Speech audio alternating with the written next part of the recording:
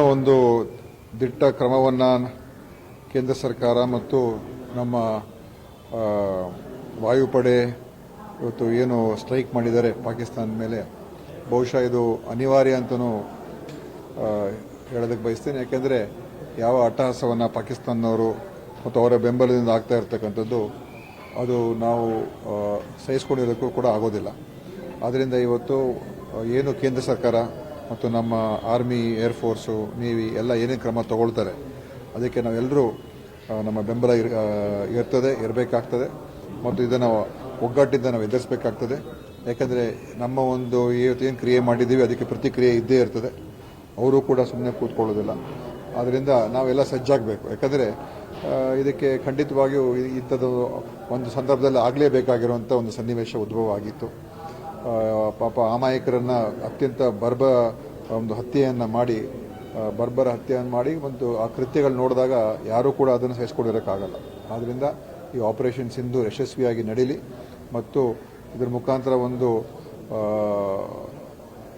ಅಂತಿಮ ತೀರ್ಮಾನಕ್ಕೆ ಅದೊಂದು ಹಿತಶ್ರೀ ಆಡುವಂಥದ್ದಕ್ಕೆ ಇಂಥ ಒಂದು ಘಟನೆಗಳು ಪುನರಾವರ್ತನೆ ಆಗಬಾರ್ದು.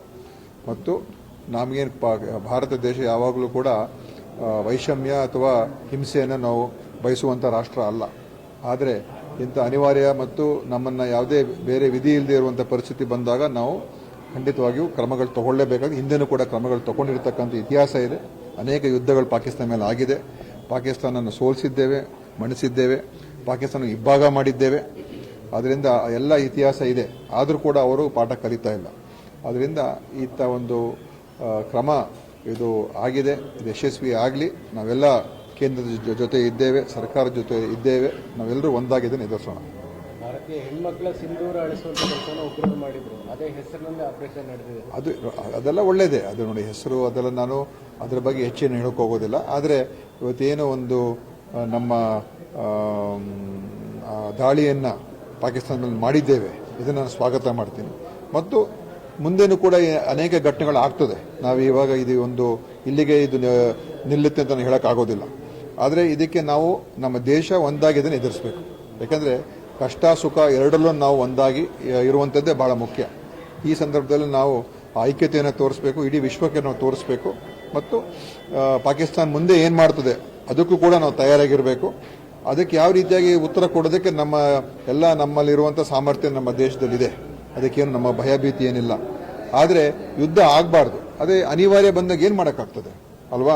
ನಮ್ಮನ್ನು ಇಷ್ಟು ಒಂದು ಇದಕ್ಕೆ ನೂಕಿದಾಗ ಬೇರೆ ನಮ್ಗೆ ಇನ್ನೇನು ದಾರಿ ಕಾಣಿಸ್ತಾ ಇದ್ದಾಗ ನಾವು ಮಾಡಲೇಬೇಕಾಗ್ತದೆ. ಇದು ನಮ್ಮ ಒಂದು ಆತ್ಮ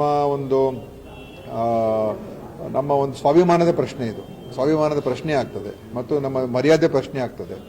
ಮತ್ತು ಅಮಾಯಕರ ಮೇಲೆ ಈ ಥರ ದಾಳಿಗಳು ನಡೆದಾಗ ನಾವು ಸಹಿಷ್ಣುತೆಗೆ ಕೂಡ ಒಂದು ಮಿತಿ ಇರ್ತದೆ.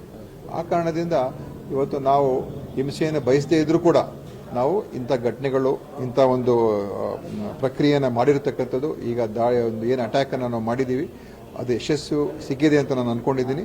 ಆದರೆ ನಾವು ಇದನ್ನು ಎಲ್ಲರೂ ಒಂದಾಗಿ, ನಾನು ಮೊದಲು ಹೇಳಿದಾಗೆ ನಾವೆಲ್ಲ ಒಂದಾಗಿ ಇದನ್ನು ಎದುರಿಸೋಣ ಅಂತ ಈ ಸಂದರ್ಭದಲ್ಲಿ ಹೇಳಕ್ಕೆ ಬಯಸ್ತೀನಿ. ಸರ್, ಇದರ ನಡುವೆ ಕಾಂಗ್ರೆಸ್ ಒಂದು ಟ್ವೀಟ್ ಮಾಡಿದೆ, ಅಫಿಷಿಯಲ್ ಡಿಲೀಟ್ ಕೂಡ ಮಾಡಿದೆ. ಅಂದರೆ ಶಾಂತಿ ನಮ್ಮ ಅತ್ಯಂತ ಶಕ್ತಿಯುತವಾದ ಅಸ್ತ್ರ ಅಂತೇಳಿ ಟ್ವೀಟ್ ಮಾಡಿದ್ದಾರೆ. ಇಂಥ ಸಂದರ್ಭದಲ್ಲೂ ನಾವು ಶಾಂತಿ ಜಪಿಸಬೇಕು. ನಾನು ಹೇಳಿದ್ನಲ್ಲ, ನಾವು ಬಯಸುವಂಥದ್ದೇ ಶಾಂತಿ. ಅದರ ಬಗ್ಗೆ ಎರಡು ಮಾತಿಲ್ಲ. ಆದರೆ ಯುದ್ಧ ಆಗುವಂಥ ಅನಿವಾರ್ಯ ಪರಿಸ್ಥಿತಿ ಬಂದಾಗ ಆ ಯುದ್ಧದ ಉದ್ದೇಶ ಕೂಡ ಶಾಂತಿ ಸ್ಥಾಪನೆ ಆಗಲಿ ಅಂತ. ಈ ಯುದ್ಧದ ಉದ್ದೇಶ ಹಿಂಸೆ ಮುಂದುವರಿಬೇಕು ಅಂತ ಇಲ್ಲ. ನಮ್ಮ ದೇಶದ ಒಟ್ಟಾಸೆ ಏನಂತ ಹೇಳಿದ್ರೆ, ಈ ಯುದ್ಧದ ಮುಖಾಂತರ, ಈ ದಾಳಿಯ ಮುಖಾಂತರ ಒಂದು ಶಾಶ್ವತವಾದಂಥ ಶಾಂತಿಯನ್ನು ಸ್ಥಾಪನೆ ಮಾಡ್ತಕ್ಕಂಥದ್ದಕ್ಕೇ ಇದು ಆಗಬೇಕಾಗ್ತದೆ. ಆದ್ದರಿಂದ ಇಂಥ ಸಂದರ್ಭಗಳಲ್ಲಿ ನಾವು ಅದನ್ನು ಖಂಡಿತವಾಗಿಯೂ ಎಷ್ಟೇ ಕಷ್ಟ ಇದ್ರೂ ಕೂಡ ನಮಗೆ